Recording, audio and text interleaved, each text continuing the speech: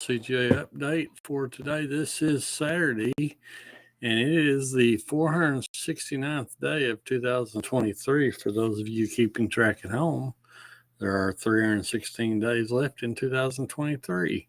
If you care about local and county news, sports, obits, and more, please subscribe to our daily newsletter at hebronledger.substack.com. It's published every day with the best news coverage in the Floor County. Ask that you please share this with anybody you think might be interested. If you don't like it, let us know why, and we'll try and do better next time. If you're watching this on YouTube, please subscribe to our channel, like it, and hit the notification bell so you always know whenever we go live. Bible verse of the day for Saturday: as the deer pants for streams of water, so my soul pants for you, my God. That comes from Psalms chapter 42, verse 1. Today's really bad joke of the day. What kind of music do windmills like? They're metal fans. Again, we don't write them. We just read them. The Floor County scoreboard for Friday in regional action in boys Class A Area 3 at Quinton, Riverside defeated Arcoma 76-45. Girls in Class A Area 3 at Indianola, Tallahassee down Porham 41-20 to stay alive. And a Class B Area 4 game at Shakota, Glencoe eliminated Cameron 39-22. And a Class A Area tournament game at Stringtown, the Flores girls stayed alive with a win over Stewart 40-35. And district action last night in 4A, Class 4A Area 3, Muldrow swept Poto. Boys won 51-37, and the girls won 58-40.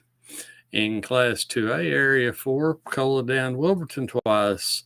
Boys won 60-48, and the girls won 59-30. In Area 2, Panama's boys won over Hayworth 54-41, and the girls won 67-21. In Saturday's games in regional action, Class A Area 3 at Indianola, Tallahassee plays Liberty at 1:30. In Class B Area 4 at Stringtown, Whitesboro plays Calvin in a winner's bracket game at 6 p.m. And the loser's bracket game, LaFleur and McCurtain meet at 1:30 p.m. In districts in Class 3A Area 3, Heaven visits Spiro, and in Class 2A Area 2, Worcester is at Howell. Today's weather forecast will have mostly cloudy skies and it'll be warmer in LaFleur County. Highs forecast to be 53 with a low of 40. Sunrise is 7:01, sunset is 6:03. Average temperatures for February 18 are high of 56 and a low of 25. Records for the date were high of 79 in 1986. The record low was 13 in 1978. Friday's high was 48 with a low of 25. Last year on this date, the high was 51 with a low of 26. On today's calendar of events, in addition to the basketball games, funeral service for Merlin Hendricks is 1 p.m. at the Watson Cemetery with Brother Todd Webb officiating. Burial will fall in the Watson Cemetery under direction of Don Roberts Funeral Home. She was born November 21st, 1965 in Mena and passed away February 12, 2023. Graveside service for Raymond Hamby, 74 of Spiro, is 11 a.m. Tuesday at the Fort Smith National Cemetery in Fort Smith, Arkansas, with Brother Kevin Brown officiating. Services are under the direction of Mallory Martin Funeral Home of Spiro.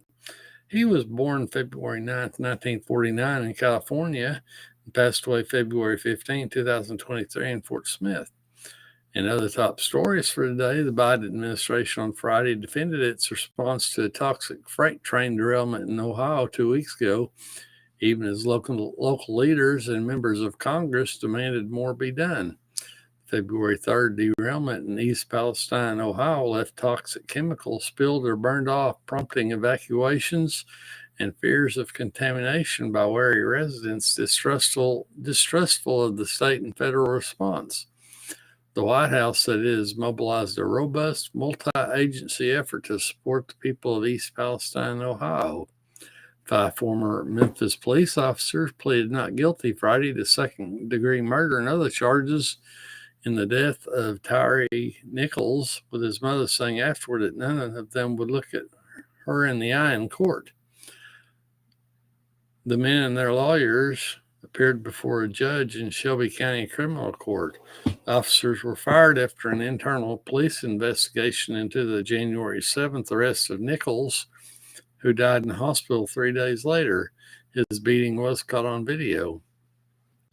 A lone gunman killed 6 people, including his ex-wife and stepfather, Friday at multiple locations in a tiny rural community in northern Mississippi, the sheriff said, leaving investigators searching for clues as to what motivated the rampage.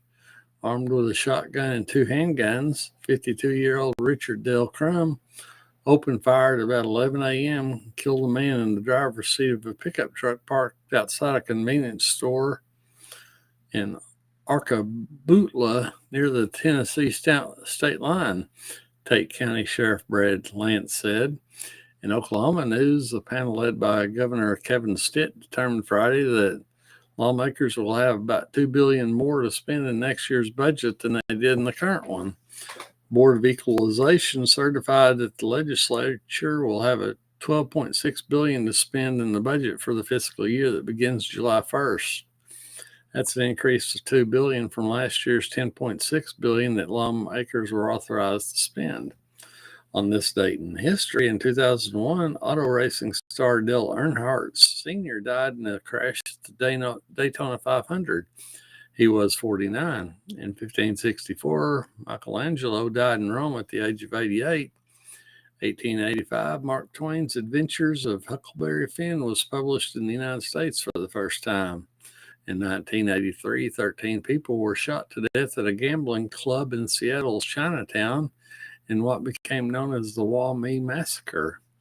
1988, Anthony M. Kennedy was sworn in as Associate Justice of the U.S. Supreme Court. 2001, veteran FBI agent Robert Philip Hansen was arrested and accused of spying for Russia. Today's birthdays include Yoko Ono, who is 90. Actor Sinead O'Connor is 75. Actor Sybil Shepherd is 73. Actor John Travolta is 69. Game show host Vanna White is 66. And actor Matt Dillon is 59. We thank all of you for joining us and hope that you have a great day and come back